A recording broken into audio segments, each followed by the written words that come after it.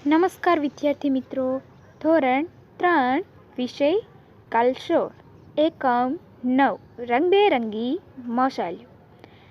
આ એકમમાં આપણે આગળ પ્રવૃત્તિ 15 સુધી અભ્યાસ કરી ચૂક્યા છીએ। તો આજે આપણે પ્રવૃત્તિ 16 થી આગળ અભ્યાસ કરીશું। તો ચાલો જોઈએ પ્રવૃત્તિ 16, જેમાં છે જોડીમાં કામ કરો, ફકરો વાંચી પ્રશ્નોના જવાબ લખો। તો અહીંયા આપણને એક પેરેગ્રાફ આપવામાં આવ્યો છે અને તેના આધારિત પ્રશ્નો પણ આપવામાં આવ્યા છે, જેના આપણે જવાબ આપવાના છે। તો પહેલાં આપણે આ ફકરાનું વાંચન કરીશું, જેથી કરીને આપણને જે પ્રશ્ન આપ્યા છે તેના જવાબ આવડે। તો ચાલો આપણે પહેલાં વાંચન કરીએ। આરાધ્યાના 3 દાંત સડી ગયેલા, તેને ખૂબ દુખાવો થતો હતો। મમ્મી પપ્પા અને દાંતના ડૉક્ટર પાસે લઈ ગયા। ડૉક્ટરે આરાધ્યાને લાંબી ખુરશી પર બેસાડી। તેમણે આરાધ્યાના નાનકડા મોઢામાં નાનકડો ગોળ અરીસો નાખ્યો અને દાંત તપાસ્યા। પછી તેમણે આરાધ્યાના દાંત મશીનથી સાફ કરી આપ્યા। તેમણે આરાધ્યાને કહ્યું, હવે નહીં દુખે, પણ હવેથી મોં બરાબર સાફ રાખવાનું। કંઈ પણ ખાધ્યા કે પીધ્યા પછી મોં પાણી ભરી કોગળા કરવાના। સવારે ઉઠીને તરત બ્રશ કે દાંતણ કરવાનું અને રાત્રે સૂતા પહેલાં તો ખાસ ભૂલ્યા વગર બ્રશ કે દાંતણ કરવાનું। ડૉક્ટરે આરાધ્યાને કોગળો કરી બતાવ્યો। તેમણે બ્રશને ઉપર નીચે અંદર બહાર ફેરવવાની સાચી રીત પણ બતાવી। આરાધ્યાના દાંતમાં હવે સડો નથી, તેને હવે દુખાવો નથી, તે સવાર સાંજ દાંત સાફ કરે છે। જેટલી વાર કાંઈ ખાય કે પીવે કોગળો કરી લે છે। તમારા દાંતમાં સડો છે, તમારે જોડીદાર પાસે દાંત તપાસડાવો। દાંત તપાસવાનું તમારા શિક્ષક પાસેથી શીખો। જો અહીં આપણે આરાધ્યા વિશે જોયું, હવે આગળ તેના આધારિત પ્રશ્નો આપવામાં આવે છે। તો ચાલો જોઈએ પ્રશ્ન। તેમાં પહેલું છે કે ટૂંકમાં જવાબ લખો। પ્રશ્ન નંબર 1માં 5 પ્રશ્નો છે, જેના આપણે ટૂંકમાં જવાબ આપવાના છે। તો પહેલું જોઈએ કે આરાધ્યાના કેટલા દાંત સડ્યા હતા? તો કે 3 દાંત સડ્યા હતા, તો તમારે અહીં લખવાનું 3। બીજું, આરાધ્યાને કેવો દુખાવો થતો હતો? તો કે ખૂબ દુખાવો થતો હતો, એટલે તમારે જવાબમાં લખવાનું ખૂબ દુખાવો।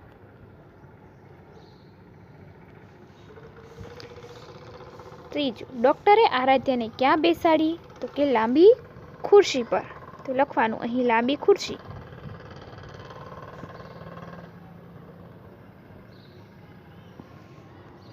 ચોથું, ડૉક્ટરે શાના વડે તપાસ કરી? તો કે ગોળ અરીસા વડે, તો અહીં લખવાનું તમારે કે ગોળ અરીસા વડે।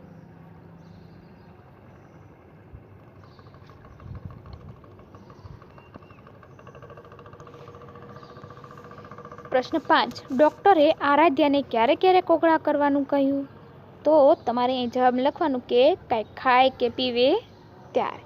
ચલો હવે તેનો પ્રશ્ન 2, જેમાં પણ આપણને 4 નાના નાના પ્રશ્ન આપ્યા છે। અહીં આપણને આરાધ્યાએ પૂછે અને પહેલો અને અત્યારની વાત।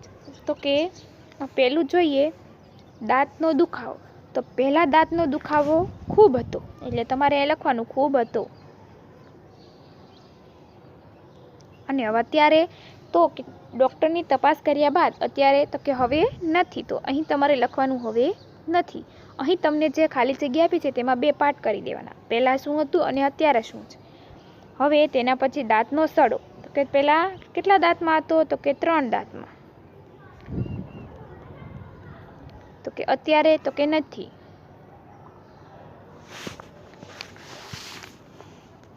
તેના પછી કોગળા, તો કે પહેલાં કોગળા નથી કરતી, એટલે કે કરતી નથી લખવાનું।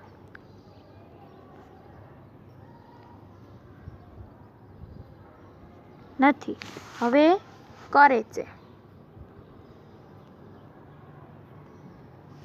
તેના પછી છેલ્લું દાંતણ બ્રશ, તો કે પહેલાં દાંતણ બ્રશ કરતી નથી,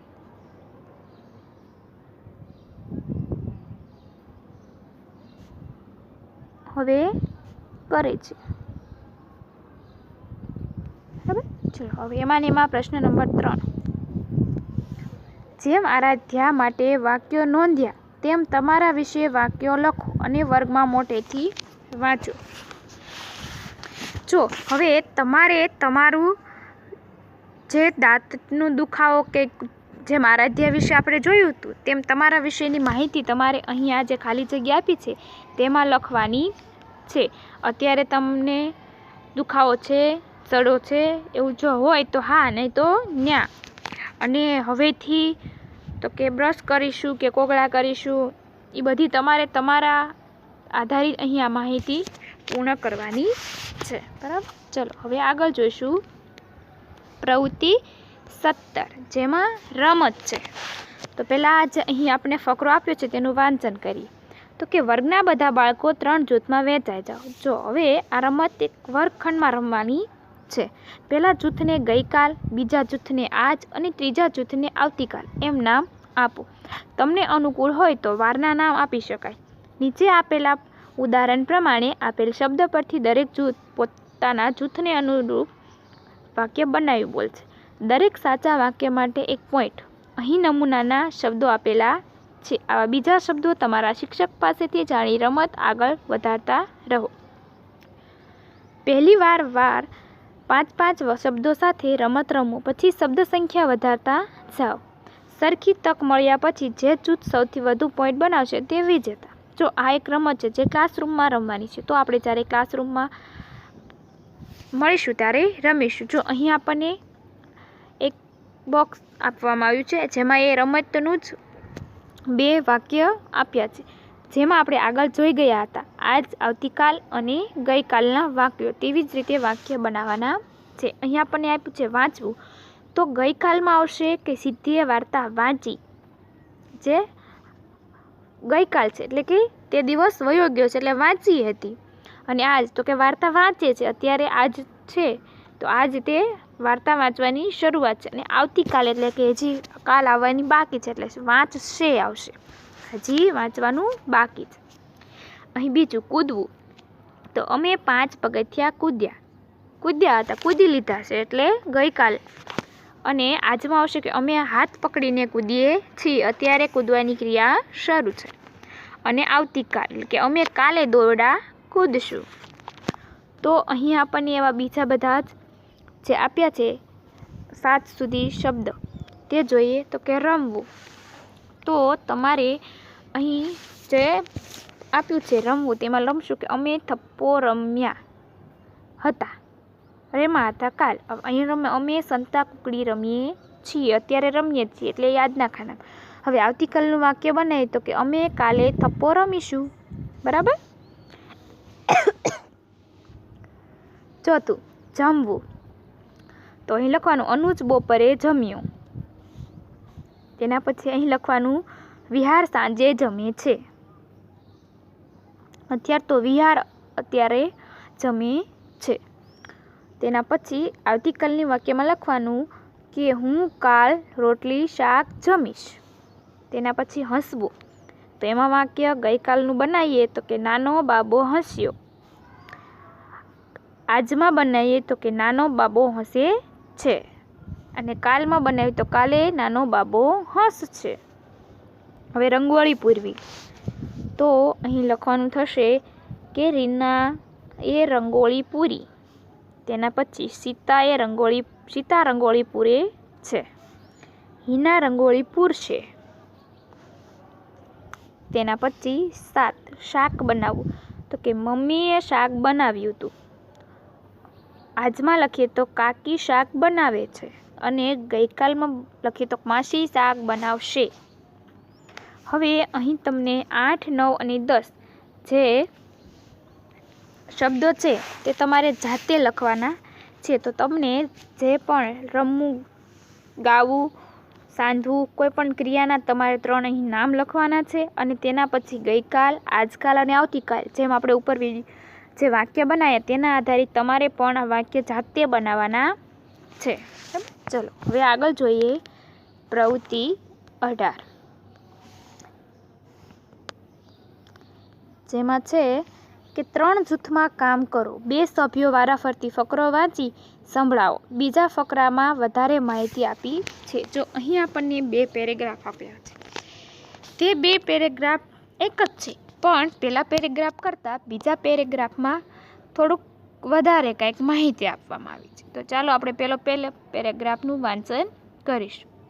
ભેરવીના કાકાના લગ્ન હતા. તે માટે મંડપ બંધાયેલો અને જમણવાર ગોઠવાયેલો.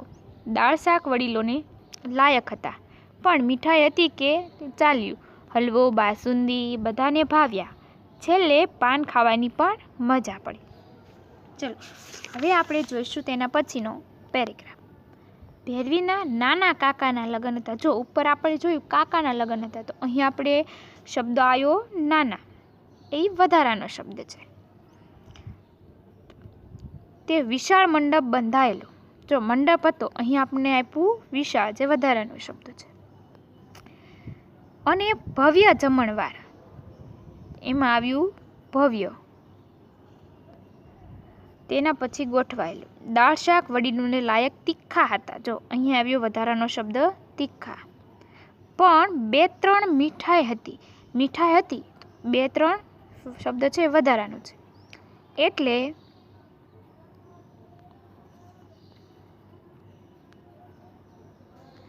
ચાલ્યું.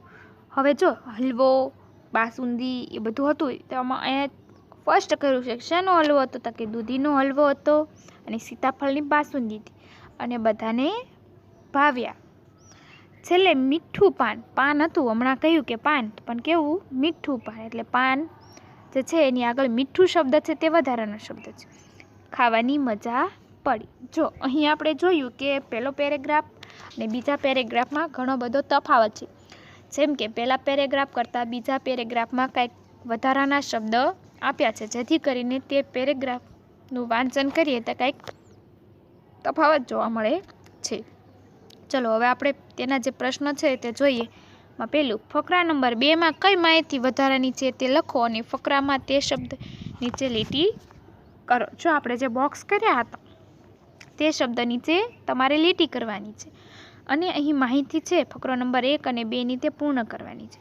તો ચાલો જોઈએ. પહેલું અહીં આપ્યું છે કાકા, તો બીજા ફકરામાં આપ્યું હતું નાના કાકા.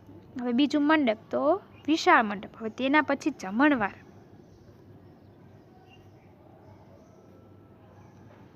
અને બીજા ફકરામાં આપ્યું હતું ભવ્ય જમણવાર.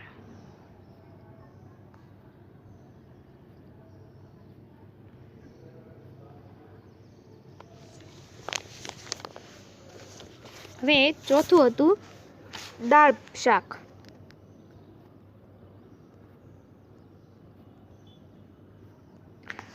અને બીજા પેરેગ્રાફમાં હતું તીખા દાળ શાક. તીખા શબ્દ હતો તે વધારાનો. હવે તેના પહેલા જોઈએ મીઠાઈ, અને બીજા પેરેગ્રાફમાં હતી 2-3 મીઠાઈ.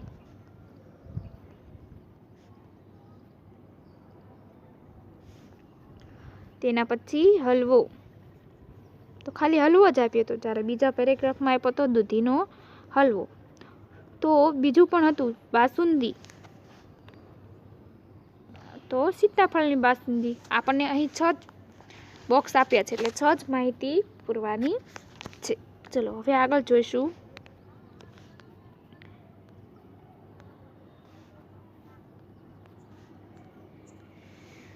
જૂથમાં રમત રમો. ઉદાહરણ પ્રમાણે આપેલા વાક્યોમાં નવી માહિતી ઉમેરતા જાઓ. જો આપણે આગળ જે પહેલા પેરેગ્રાફમાં અને બીજા પેરેગ્રાફમાં તફાવત જોયો, જેમ કે પહેલો પેરેગ્રાફ છે તે જ બીજો પેરેગ્રાફ હતો, પણ બીજા પેરેગ્રાફમાં વધારાની માહિતી હતી. તો અહીં આપણને એવા વાક્ય આપ્યા છે જેમાંથી આપણે વધારાના શબ્દો ઉમેરતું જવાનું છે અને વાક્ય બનાવતું જવાનું છે. તેમાં જો ઉદાહરણ પણ આપ્યું છે, તો પહેલું ઉદાહરણ જોઈએ કે મેં કૂતરો જોયો, અને બીજું વાક્ય કાળો શબ્દ ઉમેરીને કીધું મેં કાળો કૂતરો જોયો, અને એના પછીનું વાક્ય મેં એક કાળો કૂતરો જોયો.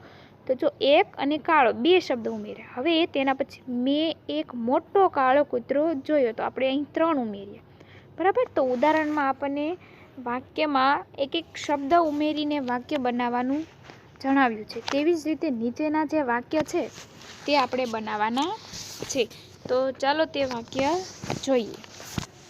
પહેલું છે,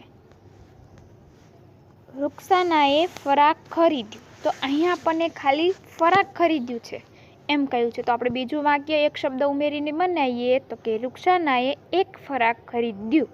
એટલે એક શબ્દ વધારાનો થયો.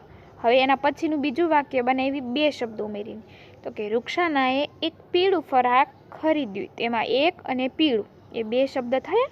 ચલો હવે આપણે ત્રીજું વાક્ય બનાવીએ ત્રણ શબ્દો ઉમેરીને તો કે રૂક્ષાનાએ એક મોટું પીળું ફરાક ખરીદ્યું. તો એમાં એક, મોટું અને પીળું એ ત્રણ શબ્દો ઉમેરીને આપણે વાક્ય બનાવ્યું. ચલો તેના પછી બીજું વાક્ય હાર્દિક દોડે છે. તો બીજું બનાવીએ તો કે હાર્દિક વિદ્યાર્થી દોડે છે. હવે એના પછી ત્રીજું બે શબ્દો ઉમેરીને તો કે હાર્દિક નામનો વિદ્યાર્થી દોડે છે. હવે એનું ત્રીજું વાક્ય તો કે હાર્દિક નામનો ઊંચો વિદ્યાર્થી દોડે છે. થઈ ગયા ત્રણેય વાક્ય. એ બનીને 4 વાક્ય થયા. એક આપણને આપ્યું છે ને આપણે 3 બનાવી. ચલો હવે છેલ્લું અને ત્રીજું વાક્ય છે કે હવે ચંદ્રિકા રડશે. તો આપણે તેનું વાક્ય પહેલું બનાવ્યું તો કે હવે નાની ચંદ્રિકા રડશે. બીજું વાક્ય બે શબ્દો ઉમેરીને બનાવીએ તો થશે કે હવે નાની ચંદ્રિકા ધ્રુસકે ધ્રુસકે રડશે.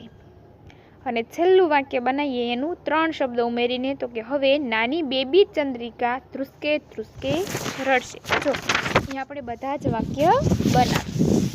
હવે નીચે કંઈક સૂચના છે કે વર્ગના 2 જૂથો બનાવો. શિક્ષક વાક્ય આપે તેમાં દરેક જૂથની નવી માહિતી ઉમેરતું જાય. જે જૂથ માહિતી સાચી રીતે ઉમેરે તેને 1 પોઈન્ટ.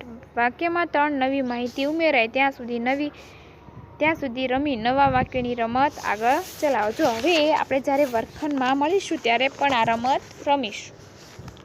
ચલો હવે જોઈશું આપણે આગળની પ્રવૃત્તિ નંબર 19, જેમાં છે કે વાર્તા સાંભળો, વાંચો, વિચારો અને લખો. અહીં એક નાની અમથી વાર્તા જે પેરેગ્રાફ સ્વરૂપમાં આપી છે તે આપણે વાંચન કરવાનું છે.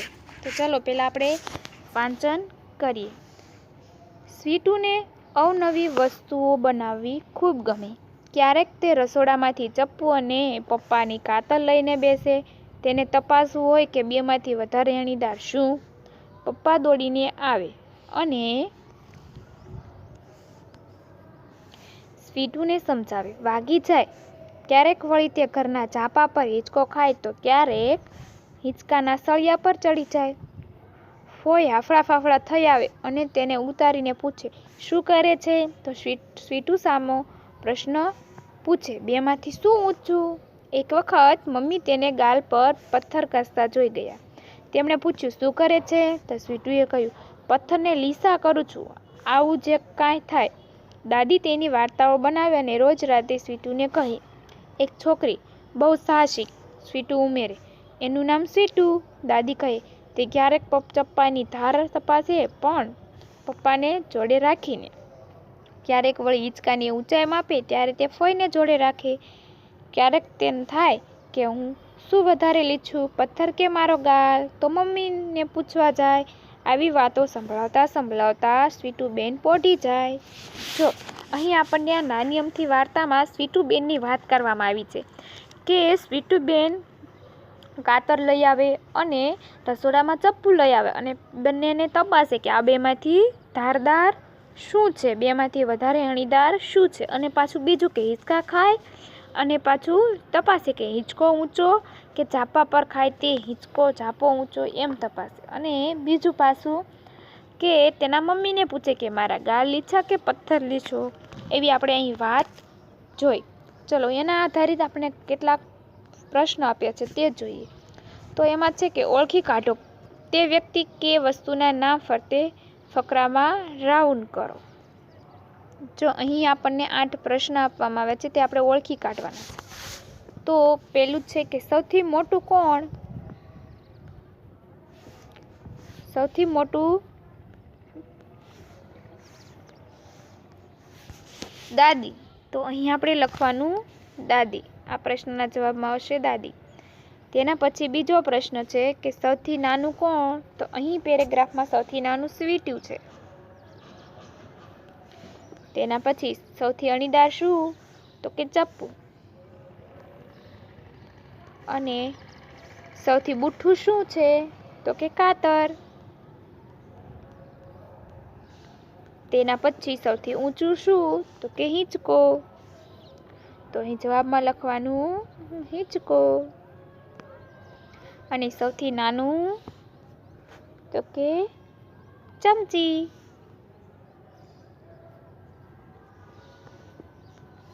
હવે સૌથી લીસું શું? તો કે ગાલ. બધાના ગાલ લીસા જ હોય. તેના પછી પ્રશ્ન નંબર 8, સૌથી ખરબચડું? તો કે પથ્થર. તો અહીં લખવાનું પથ્થર.